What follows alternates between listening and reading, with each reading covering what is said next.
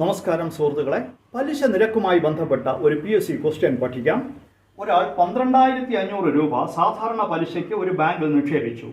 4 വർഷം കഴിഞ്ഞപ്പോൾ തുക 15,500 ആയി എങ്കിൽ പലിശ നിരക്ക് എത്രയാണ്? അപ്പോൾ ഇവിടെ നമുക്ക് ശ്രദ്ധിക്കേണ്ട ഒരു കാര്യം, സാധാരണ പലിശ നിരക്കിൽ ബാങ്കിൽ നിക്ഷേപിക്കുമ്പോൾ തുകയും അതിൻ്റെ പലിശയും പലിശ നിരക്കും നമ്പർ ഓഫ് ഇയേഴ്സ് വർഷവും എല്ലാം തമ്മിൽ ബന്ധിപ്പിക്കുന്ന ഒരു സമവാക്യമുണ്ട്. അത് I സമം PNR എന്നാണ്. I എന്ന് പറഞ്ഞാൽ പലിശ നിരക്ക്, P എന്ന് പറഞ്ഞാൽ പ്രിൻസിപ്പൽ മുതൽ നമ്മൾ നിക്ഷേപിക്കുന്ന തുക, N എന്ന് പറഞ്ഞാൽ നമ്പർ ഓഫ് ഇയേഴ്സ്, R എന്ന് പറഞ്ഞാൽ പലിശ നിരക്ക്.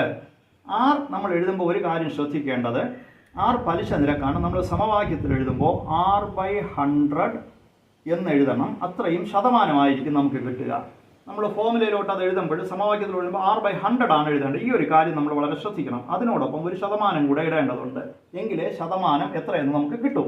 അപ്പോൾ നമുക്ക് ഈ തന്നിരിക്കുന്ന ചോദ്യത്തിൽ നിന്ന് നമുക്ക് ഈ കാര്യങ്ങളൊക്കെ എടുത്തെഴുതാം.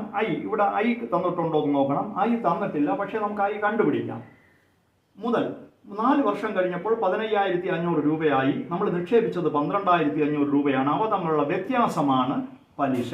അവസാനം കിട്ടിയ തുകയിൽ നിന്ന് നിക്ഷേപിച്ച തുക കുറയ്ക്കുമ്പോൾ നമുക്ക് കിട്ടുന്നതായിരിക്കും പലിശ.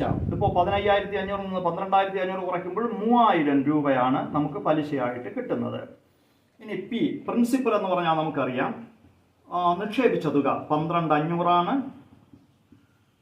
ഇനി N നമ്പർ ഓഫ് ഇയേഴ്സ് 4 വർഷമാണ്, 4 ഇയേഴ്സ്. R നമുക്കറിയില്ല, അതിനെ നമുക്ക് R/100 ശതമാനം ഒന്ന് എടുക്കണം.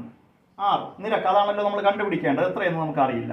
അപ്പോൾ ഇത്രയും കൂടെ ഈ സമവാക്യത്തിൽ നമ്മൾ സബ്സ്റ്റിറ്റ്യൂട്ട് ചെയ്താൽ I സമം PNR, ഒരിക്കൽ കൂടെ ഞാൻ എഴുതി തന്നേ ഉള്ളൂ. I എത്രയാണ്?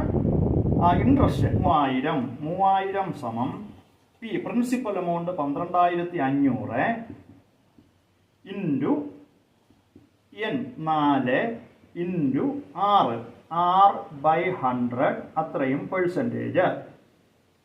ഇവിടെ നമ്മൾ ശ്രദ്ധിച്ചാൽ ഈ 2 സീറോസും ഈ 2 സീറോസും ക്യാൻസലായി പോകും. ബാക്കി നമുക്ക് 3,000 സമം 125 ഇൻറ്റു 4 എത്രയാണ്?